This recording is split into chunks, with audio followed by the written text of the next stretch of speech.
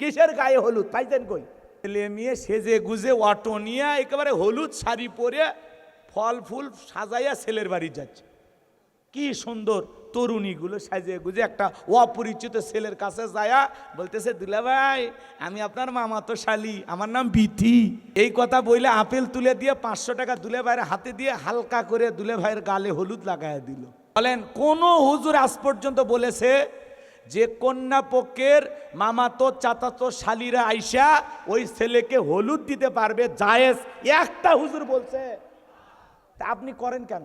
আপনি কি অমুসলিমদের মতো পাইছেন নাকি যেটা বাপ দাদার অভ্যাস? কিসের বাপ দাদার? কোরআন সুন্নায় নাই, আপনি করবেন না। কোরআন সুন্নায় আছে, আপনি করবেন। কথা বলেন। পৃথিবীর কেউ না দেখলে একজন দেখতেছেন, তিনি কে? আরো জোরে বলেন কে?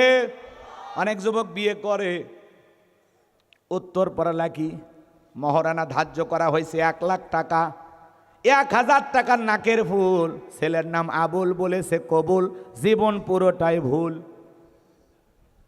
1000 টাকার নাকের ফুল দিয়ে 99,000 টাকা বাকি। যারা দেখবেন মহারানার টাকা বাকি রাখবে, ওরাই নাকের রুমাল দিয়ে বিয়ে করতে যাবে। কথা বলেন। আপনাদের এলাকার ছেলে পেলেরা ভালো, এরা স্ত্রীর মহারানা বুঝে দেয়। মা বোন যারা আবার শুনতেছে না, মা শুনে নেন, জেনে নেন, মহারানা হলো আপনার পাওয়া, এটা হলো আপনার হক, এটা আপনার অধিকার। আর পুরুষের দায়িত্ব হলো নারীর মহারানা বুঝে দিয়ে তার অধিকার প্রতিষ্ঠিত করা। প্রত্যেকটা পুরুষের দায়িত্ব স্ত্রীর মহারানা বুঝিয়ে দেওয়া। কথা বলে না কেন? ফাও ফাও একটা বউ পাওয়া যায় না। মা বোনেরা যারা শুনতেছেন, মা আপনার মহারানার পুরো টাকা না বুঝে পাওয়া পর্যন্ত আপনার শরীরে টাচ করতে দেবেন না। যুবক বিয়ে করছে, বিয়ে করে বাসর ঘরে ঢুকছে, বউ খাটের উপরে বসে আছে, ছেলে সোফার উপরে বসে আছে। স্ত্রী বলতেছে, কি গো কাছে আসবা না? বলে না, হুজুর বলেছে। কি বলেছে? স্ত্রীর মহারানা পরিশোধ না করে স্ত্রীকে স্পর্শ করা যাবে না। তখন বলতেছে, তোর টাকা নাই তোমার কাছে? আরে টাকা থাকলে কি জায়গায় বসে থাকি? তো হুজুর কি বলেছে? বলে হুজুর বলছে বাঁচার একটা রাস্তা আছে, যদি স্ত্রী স্বইচ্ছায় মাফ করে দেয় তাহলে চান্স নেওয়া যায়। কথা কি বুঝতে পারছেন? স্ত্রী যদি স্বইচ্ছায় মাফ করে দেয়, মেয়ে চিন্তা করলো বাপ মা গরু ছাগল জবাই করিয়া 200-400 লোক খাওয়াইয়া, যারা এই যে বরযাত্রী সাইজে শ্বশুর বাড়ি, মানে ওই ছেলের শ্বশুর বাড়িতে খাইতে যায়, এই যে জোর করে যে বলে যে আমরা মণ্ডল পরিবার, শেখ পরিবার, চৌধুরী পরিবার, আমরা বিবাহের বরযাত্রী 500 নিচে যাইতে পারি না, আমাদের অনেক বড় আত্মীয় স্বজন, বিশাল একটা ফ্যামিলি। কথা কয় না কেন? এইরকম জোর কইরা কন্যা পক্ষের উপরে জুলুম করে খাওয়ার চাইতে ভিক্ষা করে খাওয়া ভালো। কে বলেছে আপনাকে?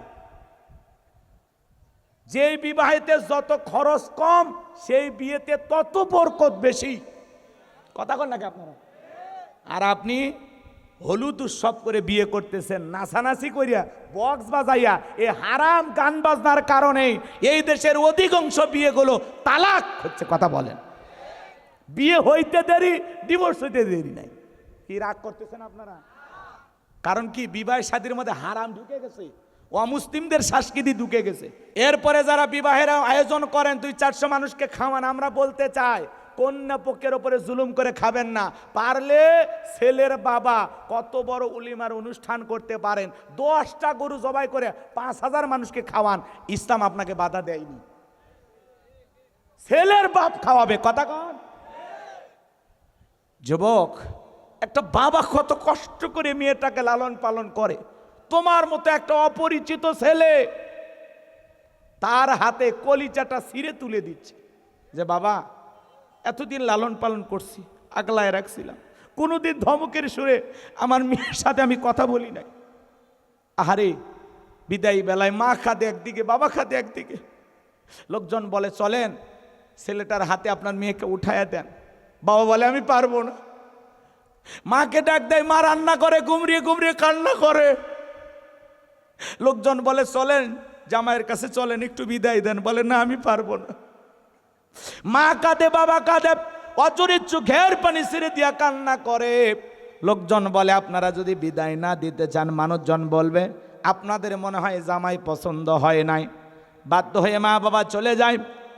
নতুন তোমার মতো একটা যুবক চেনে না, জানে না, যেই মেয়েটাকে 16 বছর, 18 বছর, 20 বছর লালন পালন করলো, কত কষ্ট করে বাবা মা আগলায় রাখলো, তোমার মতো একটা অপরিচিত যুবকের হাতে সেই মেয়েটারে উঠায়া দিল। সেই মানুষের ওপরে যারা জুলুম করে, যৌতুক নাই, জুলুম করে বলে এটা দিতে হবে, ওটা দিতে হবে, এরা মানুষের কাতারে পড়তে পারে না। যারা কন্যা পক্ষের কাছ থেকে জোর করে যৌতুক আদায় করে, যৌতুক নেওয়া জায়েজ না, হারাম। কাঁচা পায়খানা খাওয়া যেমন হারাম, কন্যা পক্ষের কাছ থেকে জোর করে যৌতুক দাবি করা তেমনি হারাম। এই বেটা, যৌতুক না খাও, এটা খাতো 2 কেজি।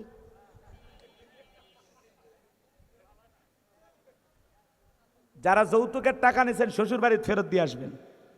স্ত্রীর মহারানা যারা বুঝে দিতে পারেন না, বিবির মহারানা পরিশোধ করবেন। বাঁচতে চাইলে আমলগুলো করবেন। কষ্ট হচ্ছে আপনাদের? মেয়ে কি চিন্তা করতেছে, আরে স্বামী যদি কাছে না আসে, ও 7-8 টাকা দিয়ে কি করব? ও পরিস্থিতির শিকার হয়ে, আচ্ছা বলেন তো, একটা মানুষ এক দেখায় 99,000 টাকা মাফ করতে পারে? তা আবার মেয়ে মানুষ, এটাও বিশ্বাস করা লাগবে। মেয়ে মানুষ এত টাকা মাফ করতে পারে? একটা মেয়ে মানুষের জায়গা যদি বিল হয় 1212 টাকা, কি বলেন? ওই 12 টাকা ছাড়বে না। আমি কয়েকদিন আগে এক জায়গা কিনছি, বুঝতে পারছেন? তো যাই হোক, বলবো না, জায়গার মালিক হলো মহিলা। কথা কি বুঝতে পারছেন? সামান্য যে দরদাম হয়েছে, যা হয়েছে ওই অনুযায়ী টাকা দেওয়া হয়েছে। এরপরে উনি কোনো এক জায়গায় সন্দেহ পোষণ করে বলতেছেন ওইটা মনে আমার একটু মিল হওয়ার কথা। তো সামান্য ধরেন 20-25 হাজার টাকার একটা ঝামেলা, কিন্তু আমি ওনার সাথে যেটা ওয়াদা হয়েছে সেটাই দিয়েছি। কেন জানি উনি ভুলে গেছে, ভুলে যায়, বলতেছে না না না, আমাকে এটা মিল করে দেওয়া লাগবে, মিল করে দেওয়া লাগবে। কি করবেন? রাগ করতেছেন আপনারা? তো এইরকম এই সামান্য টাকা, অথচ তার হাতে ধরেন 10 লাখ 20 লাখ টাকা আপনি দিলেন, কিন্তু ওই যে অতিরিক্ত 5-10 হাজার টাকা ওইটাই চাইতেছে, বলে ওইটা আগে দেন। কথা কি বলছে? এর নাম হলো কি? মেয়ে মানুষ। রাগ করতেছেন নাকি? কোনো কারণে বিবির কাছ থেকে 2-4 হাজার টাকা ধার করবেন, 12,000 টাকা শোধ করবেন, তাও ধার শোধ হবে না। এরা হলো সেই জিনিস, ও টাকা নেবে, আপনার মনে রাখবে না। কই দিছ তুমি, দিলে আমার মনে থাকবে না? কথা কন নাকি আপনারা? এর নাম কি? মেয়ে মানুষ। রাগ করতেছেন মনে হয়? মেয়ে চিন্তা করলো, স্বামী যদি কাছে না আসে, টাকা দিয়ে কি করব? বাধ্য হয়ে পরিস্থিতির কারণে মেয়েটা মাফ করে দেয়, আসলে মন থেকে মাফ করে দেয় না। যারা বাসর করে এই কায়দায় বউকে ফাঁসাইয়া মাপ নিয়েছেন, আজকে গোলাম রব্বানির অর্শনে বাড়িতে জিজ্ঞাসা করবেন, ও জুলেখা, বাসরাতে যে মাফ করে দিয়েছো, সত্যি মাফ করে দিয়েছো কিনা, আমাকে বলা যাবে কিনা? ও বলবে কিসের মাপ? কে মাফ করছে তোমাক? কথা ঘন না কে? রাগ করবেন না আমার ভাইয়েরা। আমি গুনাহগার যে কথা বলতে চাচ্ছিলাম, এ যুবকের দল, যুবক যা করে লিপিবদ্ধ করা হয়, বৃদ্ধরা যা করে লিপিবদ্ধ করা হয়, ইমাম যা করে লিপিবদ্ধ করা হয়। এই দুনিয়ার মানুষ যে যা করতেছে বাজান, প্রত্যেকটা মানুষের কৃতকর্মগুলো রেকর্ড করা হচ্ছে। যেখানে যা করতেছেন দিনের আলোতে, রাতের আধারে, গোপনে প্রকাশ্যে, ক্ষেত খামারে, ব্যবসা বাণিজ্যে বৈশা যে যা করতেছেন, খাদ্যে ভেজাল দিতেছেন, ওজনে কম দিতেছেন, সুদ খাইছেন, ঘুষ খাইতেছেন, হারাম উপার্জন করতেছেন, যা যা করতেছেন বাজান, প্রত্যেকটা কৃতকর্মের হিসাব একদিন দিতে হবে কার কাছে? এই জন্য আল্লাহ রাব্বুল আলামিন বলেন, কুল্লু নাফসিম বিমা কাসাবাত রহিনা। আল্লাহু আকবার। প্রত্যেকটা মানুষ তার নিষ্কৃত কর্মের কাছে আবদ্ধ। এরপরে আল্লাহ রাব্বুল আলামিন বলেন, ইল্লা আসহাবাল ইয়ামিন, ডান পাশে যারা থাকবে তারা থাকবে নিরাপদ। সুবহানাল্লাহ বলেন। ডানপন্থী যারা তারা হবে নিরাপদ। আল্লাহ রাব্বুল আলামিন বলেন অকুনতুম আজওয়াজান সালাসা ফাআসহাবুল মাইমানাতি মা আসহাবুল মাইমানা ওয়া আসহাবুল মাশআমাতি মা আসহাবুল মাশআমা ওয়াস-সাবিকুনাস সাবিকুন উলাইকাল মুকাররাবুন। সূরা ওয়াকিয়ার ভিতরে আল্লাহ পাক জানিয়ে দিলেন কিয়ামতের ময়দানে মানুষকে আল্লাহ রাব্বুল আলামিন 3 শ্রেণীতে ভাগ করবেন। এর মধ্যে যারা ডান পাশে থাকবে তারা হলো নিরাপদ। ডানপন্থী যারা তারা যাবে কোথায়? আল্লাহ রাব্বুল আলামিন বলেন ফি জান্নাতি ইয়াতাসাআলুন। ডান পাশে যারা কিয়ামতের ময়দানে স্থান লাভ করবে তারা জান্নাতের বাগানে প্রবেশ করবে। বলুন সুবহানাল্লাহ। ফি জান্নাতি ইয়াতাসাআলুন।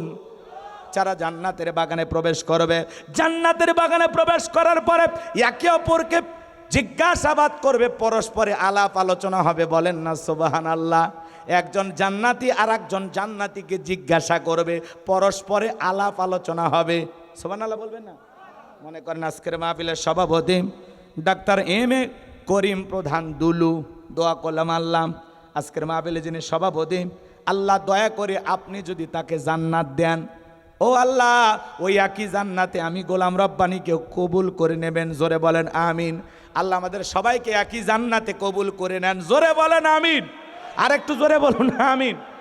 আল্লাহ যদি এই দোয়ার বদলতে ওনাকে জান্নাত দেয়, যদি আল্লাহ ওনাকে জান্নাত দেয়, আবার ওই একই জান্নাতে আমাকেও আল্লাহ থাকার ব্যবস্থা করে, তাহলে একে অপরের সাথে দেখা হবে, সাক্ষাৎ হবে। উনি আমাকে দেখে চিনতে পারবে। এই আপনি আমাদের গাইবান্ধার ছেলে না গোলাম রব্বানী? জি জি, ওই যে আপনি তো ওই যে কালিকাটোবা মাহফিলে সভাপতি ছিলেন। জি জি জি, আসেন আসেন হুজুর। দেখেন আহারে কত হাজার বছর কেটে গেল, কবরের জিন্দিগি চলে গেল, হ্যাঁ মিজান ফুলসিরাত চলে গেল, কিয়ামতের কঠিন দিন পার হয়ে গেল। হিসাবের ফয়সালায় আল্লাহ তাআলার দয়ায় আপনিও জান্নাতে এসেছেন, আমিও জান্নাতে এসেছি। তখন তারা কি করবে? জান্নাতের বাগানের সুন্দর চেয়ারে বসে একে অপরের সাথে গল্পে লিপ্ত হবে। বলুন সুবহানাল্লাহ। আড্ডা দেবে, আড্ডা। সুবহানাল্লাহ বলেন। ফি জান্নাতি ইয়াতাসাআলুন। তারা জান্নাতের বাগানে প্রবেশ করবে, একে অপরের সাথে জিজ্ঞাসাবাদ করবে, আলাপচারিতা করবে। বলুন না সুবহানাল্লাহ। কষ্ট হচ্ছে? অনেকে বলতেন হুজুর দোয়া করলে জান্নাত ততই সহজ। আল্লাহর নবী মুসা আলাইহিস সালামের নাম আপনারা শুনেছেন। নবী মুসা আল্লাহকে ডেকে বলেন আল্লাহ আপনি কি আমাকে জান্নাত দেবেন? আল্লাহ ডেকে বলে পয়গম্বর এটা কেমন কথা? অবশ্যই তোমাকে জান্নাত দেব। তুমি নবী মানুষ, কেন জান্নাত দেব না? অবশ্যই জান্নাত দেব। পয়গম্বর ডেকে বলে আল্লাহ জান্নাত দেবেন, আমার জানতে বড় মনে চায়। জান্নাতে আমার প্রতিবেশী কে হবে? আমার আল্লাহ ডেকে বলে পয়গম্বর জান্নাতে তোমার প্রতিবেশী যে হবে, তোমার পাশের ফ্ল্যাটে যে থাকবে, সে হলো দুনিয়াতে একজন কসাই। পয়গম্বর ডেকে বলে আল্লাহ দুনিয়াতে এত মানুষ থাকতে কসাই কেন আমার সাথে জান্নাতে যাবে? আমার আল্লাহ ডেকে বলে পয়গম্বর কেন যাবে? সব যদি আমি বলে দেই তোমার কি কোনো দায়িত্ব নাই? যাও অমুক বাজারে চলে যাও, তুমি নিজেই যা দেখো আমি আল্লাহ কেন কসাইকে জান্নাত দেব। এইবার পয়গম্বর চলে গেলেন সেই বাজারে। কসাই এবার গোস্ত বিক্রি করার পরে সুন্দর কিছু গোস্ত টোকলার ভিতরে না বাড়ির পথে রওনা করেছেন। মুসা নবীর কাছে যায় বলে আজকে যদি আমি আপনার বাড়ির মেহমান হই আপনার কি কোনো আপত্তি আছে? কসাই ডেকে বলে আলহামদুলিল্লাহ, আপনার মতো মানুষ মেহমান হলে আমার তো সৌভাগ্যবান ব্যক্তি আমি। চলেন আমার সঙ্গে বাসায় চলেন।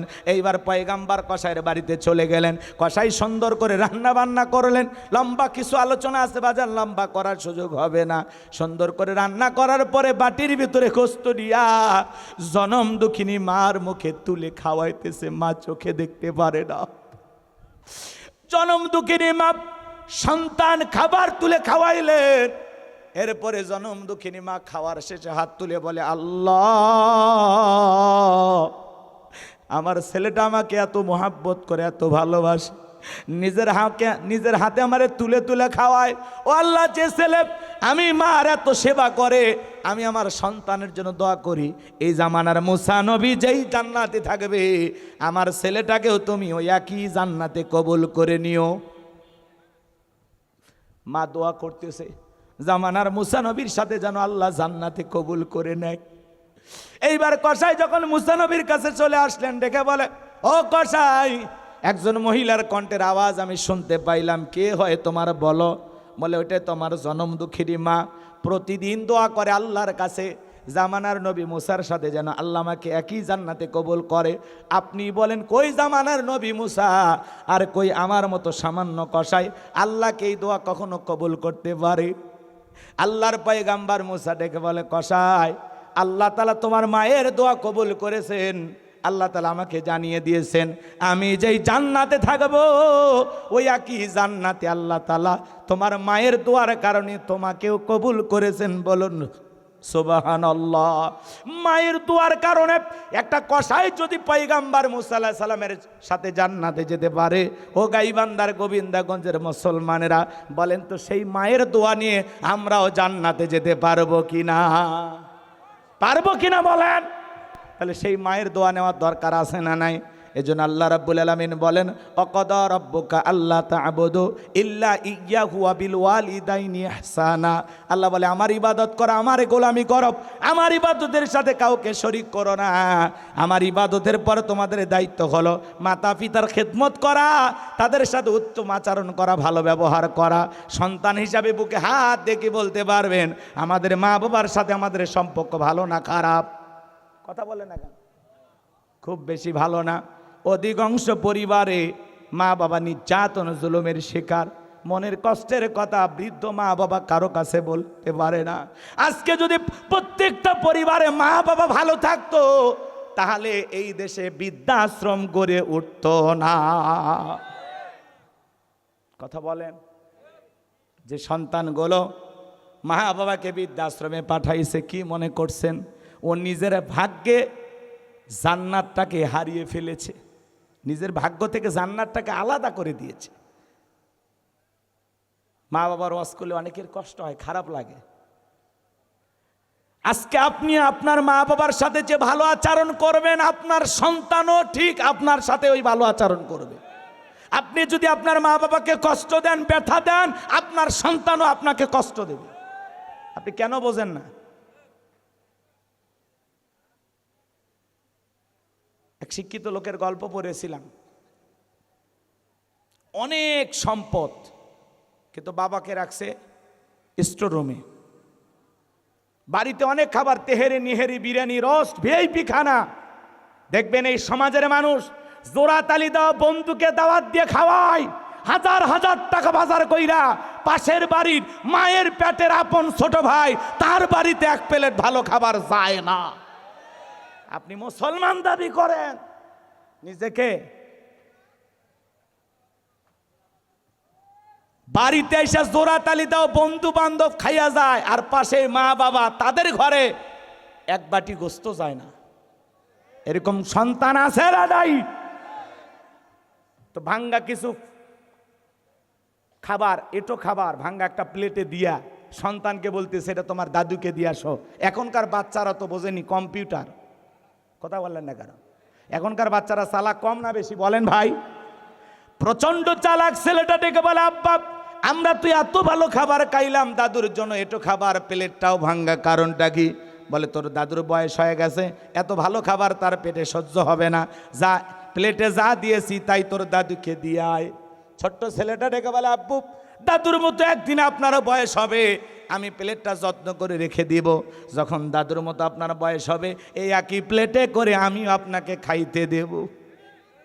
শিক্ষিত মানুষ বিবেকের দরজা খুলে গেছে, ভাঙ্গা প্লেটের খাবার ফেলে দিলেন, সন্তানকে বুকের সঙ্গে জড়ায় নিয়ে বলে, বাবা কলেজ বিশ্ববিদ্যালয় যা শিখতে পারি না আজকে তোর কাছে তাই শিখলাম।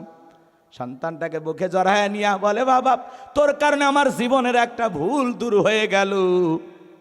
এইবার বৃদ্ধ বাবাকে নিয়ে চলে গেলেন বিল্ডিং এর ওপরে, সুন্দর করে বাবারে গোসল করা দিলেন। বাবারে গোসল করানোর পরে কি হয়েছে বাবা?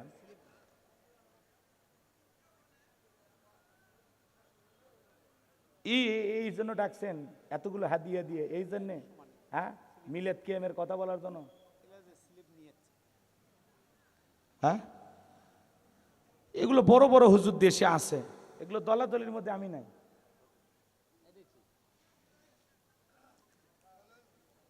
আমার বদনাম আছে, এই হুজুর গান গায়, হাসায়, কমেডি করে, কিন্তু উল্টাপাল্টা ফতুয়া দেয় না। কি বলেন? জাতি বিশৃঙ্খলে এমন কথা বলি না।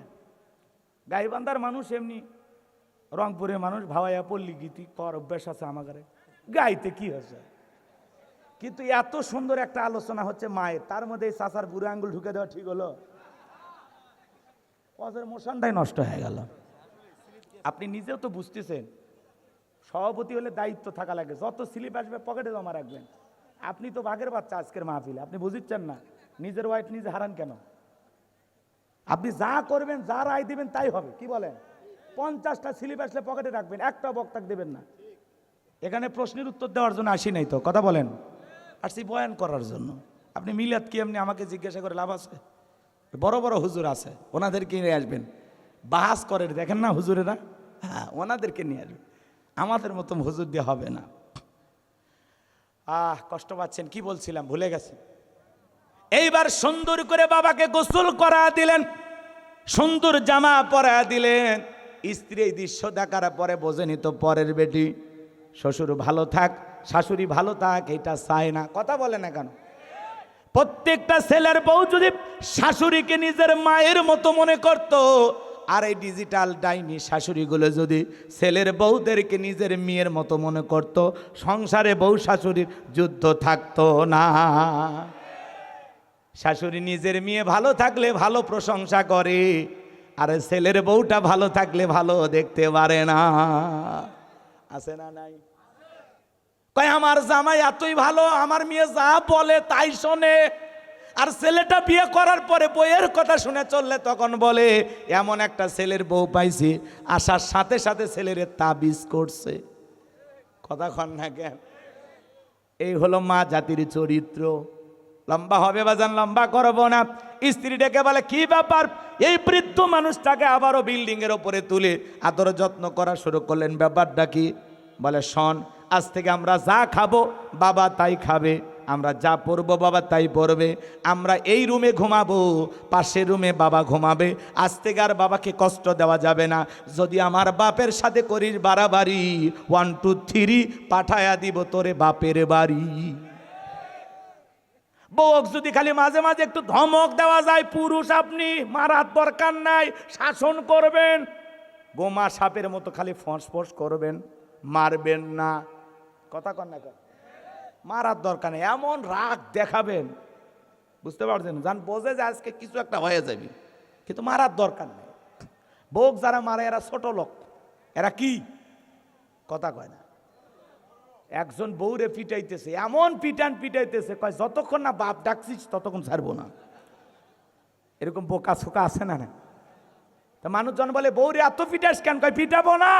এই বেহা নারীর বাবা 1.5 লাখ টাকা দেওয়ার কথা, মাত্র 50,000 টাকা দিছে। আমি শ্বশুর বাড়ির থেকে এখনো 1 লাখ টাকা পাই, ও মনে হালখাতার টাকা পায়। এরকম লুভি আছে না নাই? আল্লাহ ওদের হেদায়েত দান করুক, এটা জোরে বলেন আমিন। এজন্য ভাইয়ের আমার, স্ত্রীর কথায় কখনো মা বাবাকে অবহেলা করা যাবে না। স্ত্রীর কথায় কখনো আপন ভাই বোনকে অবহেলা করা যাবে না। হাদিস শরীফের ভিতরে আসছে, যারা রক্তের আত্মীয় স্বজনের জন্য খরচ করে, রক্তের আত্মীয় স্বজনের জন্য সুসম্পর্ক বজায় রাখে। ভালো করে বুঝবেন, যারা রক্তের আত্মীয় স্বজনের জন্য টাকা পয়সা খরচ করে, এদের সম্পদকে আল্লাহ তাআলা বৃদ্ধি করবেন, এদের হায়াতকে আল্লাহ বৃদ্ধি করবেন। বলেন সুবহানাল্লাহ। কোন স্ত্রী যদি খরচে বাধা দেয়, তার মানে ওই বোকা স্ত্রী জানে না। ওই মা বোনদেরকে আমি বলতেছি, মা আপনি যদি আপনার স্বামীর কল্যাণ চান, আপনার স্বামী ধনী হোক টাকাওয়ালা হোক, তাহলে তাকে স্বাধীনভাবে তার মা বাবা ভাই বোনের জন্য খরচ করতে দিতে হবে। কথা কয় না কেন? আপনার স্ত্রী যতই চালাক হোক, স্ত্রীর কথা শুনবেন না। মেয়ে মানুষ এমন এক আজব প্রাণী, বাপ রে বাপ।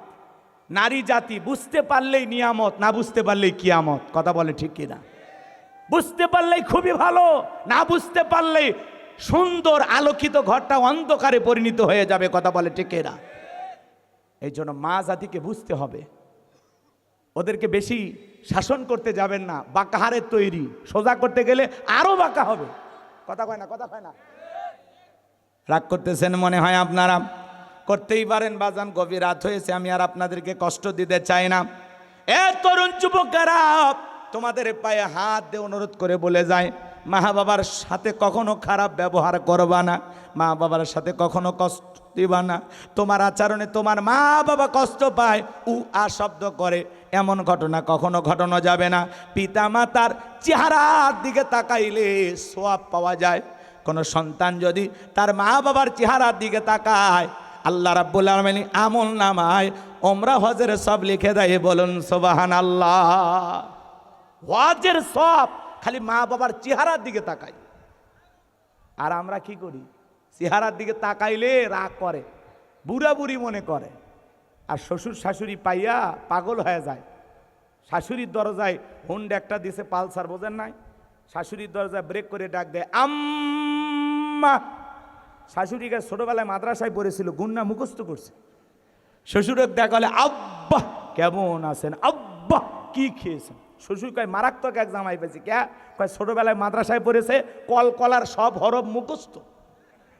শ্বশুরক ডাকে আব্বা আম্মা, মা বাবা হয়ে যায় বুড়া বুড়ি। তোর কপালত লাত্তিয়ার গুড়ি, মরার পরে ফেরেশতারা বাইরা ফুটে করবে ভুরি, জাহান্নামে হবে তোর বসত বাড়ি।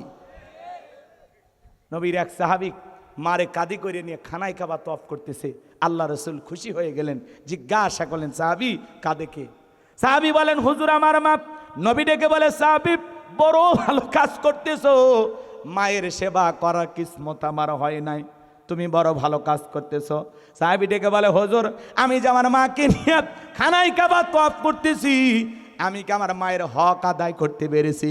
আল্লাহর পয়গম্বর ডেকে বলে আমার সাহাবী শোনো, আল্লাহ যদি কিয়ামত পর্যন্ত তোমাকে হায়াত দেয়, আর তুমি যদি তোমার মাকে কাঁধে করে নিয়ে এইভাবে খানায় কাবা তপ করো, তোমার মা তোমাকে জন্ম দেওয়ার সময় প্রসবের যাতনায় আ শব্দ করেছিল, ওই একটা আ শব্দের হক দুনিয়ার কোনো সন্তান আদায় করতে পারবে না। বলুন আল্লাহু আকবার। এজন্য বিশ্বনবী বলেছেন হুমা জান্নাতুকা ওয়া নারুকা, তোমার পিতা মাতাই তোমার বেহেশত, তোমার পিতা মাতাই তোমার দোজখ। পিতা মাতা খুশি, আরশের মালিক আল্লাহ খুশি। পিতা মাতা বেজার, আরশের মালিক আল্লাহ বেজার। এ যুবক, ইনকামে যদি বরকত চাও, দাম্পত্য জীবনে যদি ভালো থাকতে চাও, মা বাবার দোয়া ছাড়া ভালো থাকা যাবে না। আমি হুজুর দোয়া করলে কবুল হইতেও পারে, নাও হইতে পারে, কিন্তু তোমার মা তোমার বাবা তোমার জন্য যদি দোয়া করে, বন্দুকের গুলি মিস হবে রে যুবক, তোমার মা বাবার দোয়া মিস হবে না। তোমার মা বাবা দোয়া করতে দেরি, আসমানের মালিক আল্লাহর কাছে সেই দোয়া পৌঁছাইতে দেরি করবে না। বলুন সুবহানাল্লাহ। এই জন্য মা বাবাকে অবহেলা করা যাবে না। সন্তানকে নিঃস্বার্থ ভালোবাসা দেয় শুধু মা বাবা, পৃথিবীতে সবাই ভালোবাসে স্বার্থের কারণে। আর এই দুইটা মানুষ সন্তানকে ভালোভাবে নিঃস্বার্থভাবে, তার নাম হলো মা আর বাবা।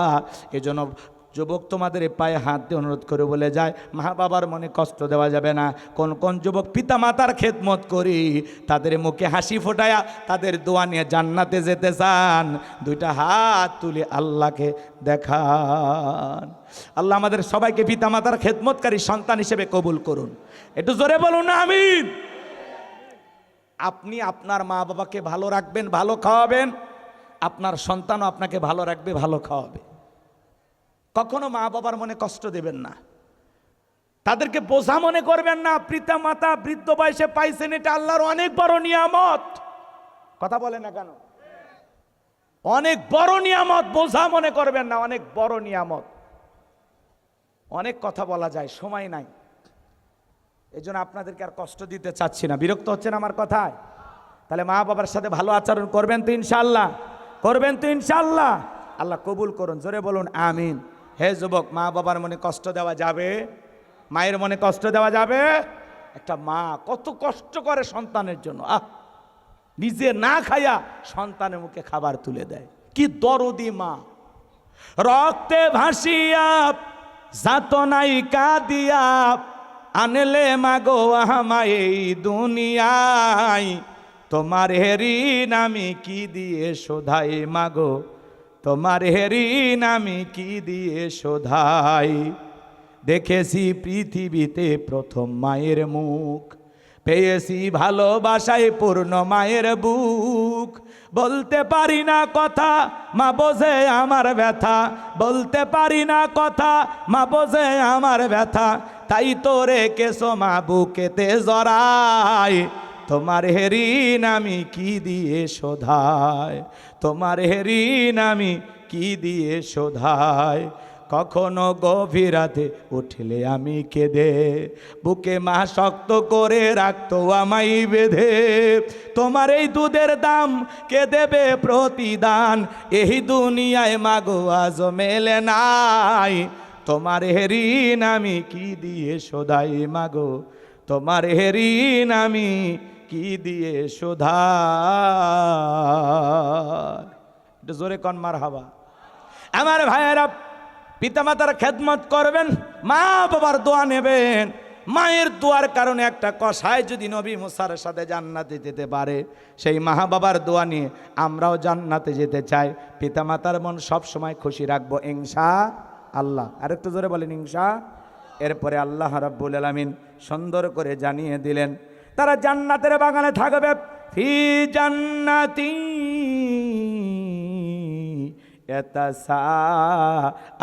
ইয়াতাসাআলুন। তারা জান্নাতের বাগানে প্রবেশ করার পরে একে অপরের সাথে আলাপচারিতা করবে, গল্প করবে, একে অপরকে জিজ্ঞাসাবাদ করবে। আলাপ আলোচনা করতে করতে হঠাৎ করে তাদের দৃষ্টি চলে যাবে নিচের দিকে। তাকায় দেখবি নিচের দিকে দাউ দাউ করে জাহান্নামের ভয়ঙ্কর আগুন জ্বলতেছে। তাকায় দেখবে ওখানে অনেক মানুষকে পরিচিত পরিচিত লাগে। এই জান্নাতীরা তখন ওই জাহান্নামীদেরকে প্রশ্ন করবে, আনিল মুজরিমিন। অপরাধী সম্পর্কে তারা জিজ্ঞাসা করে বলবে, মা সালাকাকুম ফি সাকর। কোন অপরাধে এই সাকর নামক জাহান্নামের আগুনে জ্বলতেছো? দুনিয়ার জীবনে কি এমন অপরাধ করেছো যে অপরাধের কারণে তোমরা এই সাকর নামক জাহান্নামের আগুনে জ্বলতেছো? আনিল মুজরিমিন, অপরাধী সম্পর্কে জিজ্ঞাসা করা হবে, মা সালাকাকুম ফি সাকর। কোন অপরাধে এই সাকর নামক জাহান্নামে আসছো? এটা একটা জাহান্নামের নাম। কথা কয় না কা? সাকর, লাজা, হুতমা, হাবিয়া, এগুলো কিসের নাম? সাইর, এগুলো কিসের নাম? সাকর, এটা হলো জাহান্নামের নাম। এইবার যারা সাকর নামক জাহান্নামের আগুনে জ্বলবে, এই মানুষগুলো জান্নাতি যেই মানুষেরা তাকে জিজ্ঞাসা করবে, কোন অপরাধে এই সাকর নামের জাহান্নামের আগুনে জ্বলতেছো? কি এমন অপরাধ করেছো দুনিয়ার জীবনে চেনা চেনা লাগে? মনে হয় পাশের গ্রামে বাড়ি ছিল, তোমাকে দেখে চেনা চেনা লাগে। কেন তোমরা জাহান্নামের আগুনে জ্বলতেছো? ওই জাহান্নামের আগুনে যারা জ্বলবে ওদের মধ্য থেকে একদল উত্তর করে বলবে, এই জাহান্নামে আসার পিছনে আমাদের 4টি অপরাধ। জোরে বলেন কয়টি? 4টি অপরাধের কারণে আজকে আমরা সাকর নামক জাহান্নামের আগুনে জ্বলতেছি। আমাদের 1 নাম্বার অপরাধ, ক্বালু লাম নাকু মিনাল মুসাল্লিন। আমাদের 1 নাম্বার অপরাধ, আমরা দুনিয়াতে মুসল্লি ছিলাম না, নামাজ আদায় করতাম না, সালাত আদায় করতাম না। ক্বালু লাম নাকু মিনাল মুসাল্লিন। আমরা দুনিয়াতে মুসল্লি ছিলাম না, সালাত আদায় করতাম না, নামাজ পড়তাম না। শুধু মসজিদ সুন্দর বানাইলে হবে না, ওই মসজিদে যারা সালাত আদায় করবে তাদের দিলটাও সুন্দর হওয়ার দরকার আছে না নাই? মসজিদ বড় করলেই হবে না, নামাজির দরকার আছে না নাই?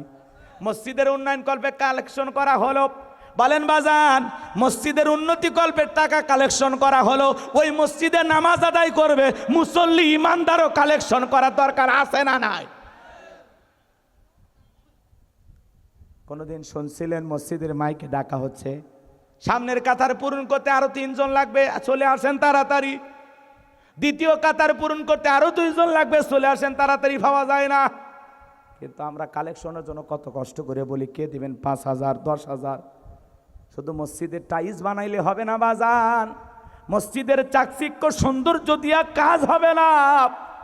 ওখানে যারা নামাজ আদায় করবে, মসজিদের গেটে লেখা রাখবেন আত্তাকুয়া জামে মসজিদ, ওইখানে যারা নামাজ আদায় করবে তাদের অন্তরে তাকওয়ার আয়না আগে বসাইতে হবে। অন্তরে তাকওয়া থাকা লাগবে। এত রাতে তুলে দিয়েছেন, কি ওয়াজ করব? আমি যে কথাগুলো বলতেছি কোরআন হাদিসের বাইরে না ভিতরে? আমি বললাম না, সময় দিলে গুছিয়ে কথা বলা যায়, সময় দেবেন না আলোচনা হবে না। মনে হবে রে হুজুরের ওয়াজ নেটে শুনছিলাম, কি সুন্দর, আজকে এরকম কেন হলো? তুলে দিয়েছেন 11টায় 12টায়, ওইটা আর মনে নাই। 10টায় উঠাবেন, 12টায় প্রোগ্রাম শেষ, গভীর রাত পর্যন্ত প্রোগ্রাম করলাম, ফজরের নামাজ যদি কাজা হয়, বলেন এই মাহফিল কোনো কাজে আসবে? বলেন লাভ হবে? আজকের মাহফিল থেকে যদি 4-5 জন মানুষ ফজরে নতুন মুসল্লি বৃদ্ধি পায়, মাহফিলকে কবুল করবেন কে? তাহলে যারা জাহান্নামের আগুনে দাউ দাউ করে চলতেছে, জাহান্নামের আগুনে চেহারাটা পুরে কয়লা হয়ে গেছে, এই সমস্ত মানুষ বলতেছে ক্বালু লাম নাকু মিনাল মুসাল্লিন, দুনিয়াতে সালাত আদায় করতাম না, আমি নামাজ পড়তাম না, এই জন্যই জাহান্নামের আগুনে জ্বলতেছি। তাহলে নামাজ না পড়লে জাহান্নামের আগুনে জ্বলতেছে, তাহলে নামাজি হয়ে জান্নাতের বাগানে বসতে চান কারা কারা? একটু হাত তোলেন তো দেখি। আল্লাহ আমাদের সবাইকে 5 ওয়াক্ত নামাজি বানায় দেন। জোরে বলেন আমিন। আর একটু জোরে বলুন আমিন। হাত নামান। এ যুবক, অনেক মুরব্বী নামাজে যাওয়ার সময় তোমাকে আহ্বান করে, ডাক দেয়, হে যুবক খেলাধুলা বন্ধ করে মসজিদে যাও। যুবক তুমি ধমক দে, বলে ও চাচা আপনি যান তো, মিসাই ডাক দেয়। এরপরে বন্ধু বান্ধবকে বলে মুরব্বী কেমন দিলাম? তুমি মুরব্বী দাওনি, নিজেরটা নিজে কি দিছো? এ কথা কয় না কেন? মসজিদে আজান হয় আর আপনি ঘাড় ব্যাখ্যা করিয়া মসজিদের ধার দিয়ে হেঁটে যান। এমনও লোক আছে মসজিদের সাথেই বাড়ি, কপাল পরা মসজিদে আসে না। এ কথা কন নাকি আপনারা? এরকম লোক নাই? মসজিদের সভাপতি, সেক্রেটারি, ক্যাশিয়ার হয়ে বসে আছে, মসজিদ কমিটির 21 জন বা 20 জন সদস্য, ওরাই ঠিক মতো নামাজ পড়ে না, এরা বলে মসজিদের কমিটির লোক। রাগ করছেন? একজন বেনামাজিকে মসজিদ কমিটির ভিতরে রাখবেন না, ও যত টাকার মালিক হোক। আর টাকা থেকে আপনি কি করবেন? আমরা বেড়াওয়ালা, টিনওয়ালা, ভাঙ্গা মসজিদে নামাজ পড়বো, কিন্তু কোনো সুদখোর, ঘুষখোর, হারাম করে টাকা দিয়ে মসজিদ বানাবো না। কথা কন, কথা কন। ওয়াজ ঠিক আছে? আমল করবেন তো ইনশাআল্লাহ। বিরক্ত হবেন না বাজান। তাহলে আজান দেওয়ার পরে ওই যে জান্নাতীরা বলবে কি ব্যাপার, কেন জাহান্নামে আসছো? তখন বলবে ভাই আজান দেওয়ার পরে আপনি মসজিদে গেছেন আর আমি আপনার চোখের সামনে ঘাড় ব্যাকা করে জমিতে গেছি, যে মনে করছি আজকে যদি জমিতে পানি না নেই ধান লাগাইতে পারবো না, আজকে আমার জমিতে আলু লাগাইতে হবে। নানান দুনিয়ার হাট বাজারে ব্যস্ত ছিলাম, পাশাপাশি দোকানদারি করেছিলাম। ভাই আজান দিলে আপনি দোকানদারি বন্ধ করে মসজিদে গেছেন আর আমি মনে করেছি এই সুযোগে 2টা কাস্টমার বেশি আসবে, এই লোভে পইরা দোকান খুলে বসেছিলাম। আখেরাতের দোকানদারি করি নাই। কথা বলেন।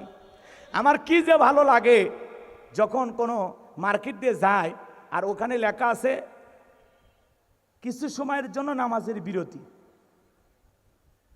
লেখা আছে নামাজ চলাকালীন আমাদের দোকান বন্ধ থাকবে। এই সাইনবোর্ডগুলো দেখে এত ভালো লাগে, কারণ এ দেশে তো আর ইসলাম কায়েম করতে পারিনি আমরা। সৌদি আরবে আজান হয়েছে, কোটি কোটি টাকার দোকানে মাল সম্পদ ফেলায় নামাজে যাচ্ছে, কেউ টাচ করবে না। কথা বলেন ঠিক কিনা? আর বাংলাদেশে সিসি ক্যামেরা লাগানো আছে, এরপরে কোটি কোটি টাকার দোকানপাট লুট হয়ে যায়, স্বর্ণের দোকান চুরি হয়ে যায়, এমনকি সিসি ক্যামেরাও চুরি হয়। এজন্য বাজান গো আমার, সমাজে ইসলাম কায়েম না করা পর্যন্ত সমাজকে সুন্দর করা যাবে না। কথা বলেন, কথা বলেন। সমাজের সব মানুষকে পরিবর্তন করতে হলে লাগবে কার বিধান?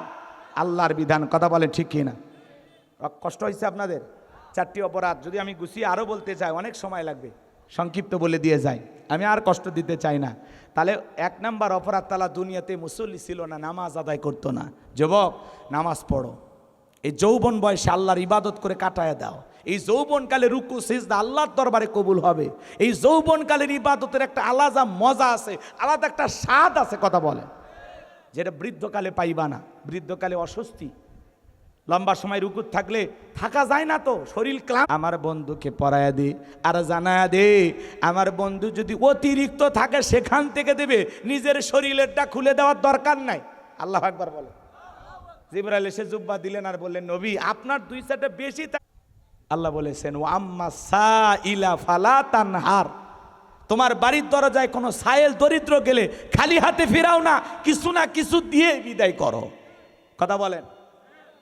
আর আমরা চালাকি করি, ফকির মিসকিন দেখলে ঠাট্টা বিদ্রুপ করি। কথা বলে না কেন? হাসি তামাশা করি যে হুজুর এলে ব্যবসা, ফকির এগের এলে ব্যবসা, ব্যবসা হোক যা হয় হোক, আপনার টেনশন কে? মাঝে মাঝে অবশ্য দেখা যায় ভালো পাও নিয়ে ল্যাংড়া লুলে সাজা ভিক্ষা করতেছে। অনেক মানুষ পিটে টিটে তারা দৌড় মেরে পালাতেও দেখছি আমরা, এলে ভিডিও সমাজে ভাইরাল হয়, তাই না? কিন্তু একটা মানুষ অসহায় হয় তো, এটা তো আর বিজনেস না। বলেন ভিক্ষাবৃত্তি কি সবাই করতে পারে? হ্যাঁ, ভিক্ষে করে এটা কি সবাই পারে? মানুষের কাছে হাত পাতার স্বভাব কি সবার হয়? অনেকে বলে না খেয়ে মরে যাবো, ভাই কারো কাছে হাত পাতবো না। তো যাই হোক, এই সমাজে আমরা অনেক সময় দেখি অন্ধ সাজার অভিনয় করে, ল্যাংরা লুলা সাজার অভিনয় করে, আবার পিটুনি দিলে দৌড়ে পার হয়ে যায়। কথা বলেন, এই জন্য মানুষের অনেক সময় আস্থা বিশ্বাসটা হারিয়ে যায় যে হুজুর এটা আসল ফকির না নকল ফকির, সত্যিই কি অভাবের ভিক্ষুক না স্বভাবের ভিক্ষুক বোঝা যায় না। কথা বলেন ভাই, আমাদের সমাজে এরকম আছে। ভালো জিনিস আমরা কখনো আল্লাহ রাস্তায় দেই না।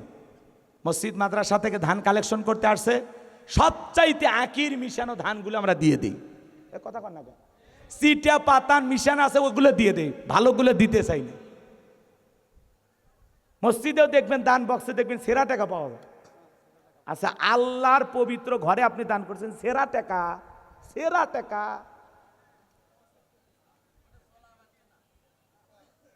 এগুলো করবেন না, মনটাকে পরিষ্কার রাখবেন, যাকে দেবেন দিল থেকে দেবেন। পারবো তো ইনশাল্লাহ? তাহলে রাস্তাঘাটে ভিক্ষুক দেখে অবহেলা করা যাবে না। আমাদের পাশে আমাদের ইউনিয়ন একটা হাট আছে, আমি নাম বলবো না, আজ থেকে বহু বছর আগের কথা।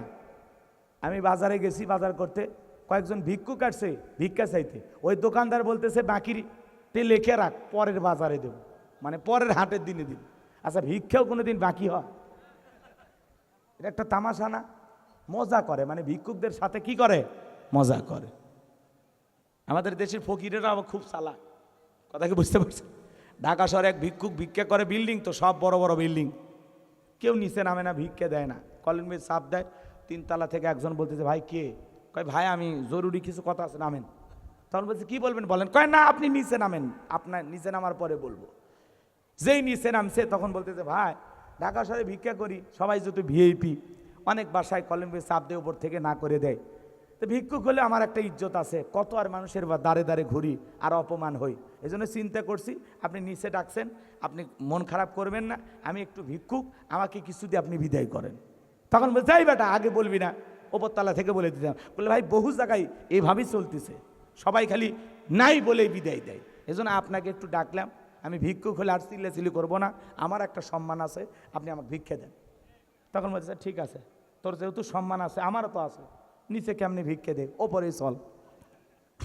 এইবার 3 থালায় নিয়ে যা বলতেছে শোন, ভিক্ষুক হয়ে যে তোর যদি একটা সম্মান থাকে, আমি এই শহরে ভাড়া থাকি, আমার একটা সম্মান আছে। তো ভাই আমি খুব সমস্যায় আছি, আপাতত কোনো খুঁটছে টাকা আমার কাছে নাই, আল্লাহর হস্তে মাফ করে দিস।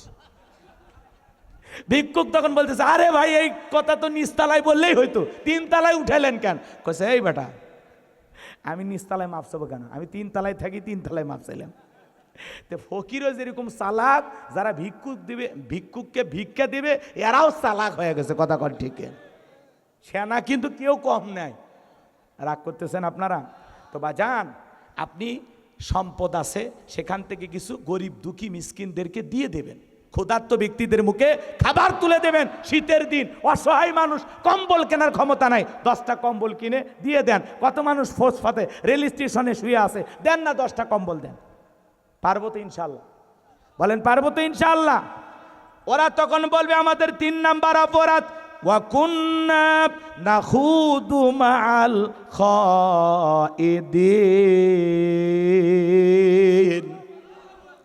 ওরা বলবে আমাদের 3 নাম্বার অপরাধ, আমরা সমালোচনা করতাম। কি করতাম? সমালোচনা করা, বোঝেন না? এক জায়গায় বসে বলে অমুক খারাপ তমুক খারাপ, এ ভালো না সে ভালো না, মনে হয় গিবত কমিটির সভাপতি বসে গেছে। এরকম লোক আছে না? চায়ের কাপে বসলে ঝড় তুলে ফেলে দেয়, অমুকের বউ কি করছে, মেয়ে কি করছে, কোন হুজুর কি করছে, বাপ রে বাপ, চায়ের কাপে ঝড় তুলে ফেলে দিছে। এই মুরব্বী চাচা, এই যুবক যারা সমালোচনা করো, শোনো, মৃত ভাইয়ের গোস্ত খাওয়াকে কি আপনি পছন্দ করেন? এটা কেউ খাইতে চায়? তাহলে আপনি গীবত করতেছেন, সমালোচনা করতেছেন, তার মানে কি খাইতেছেন?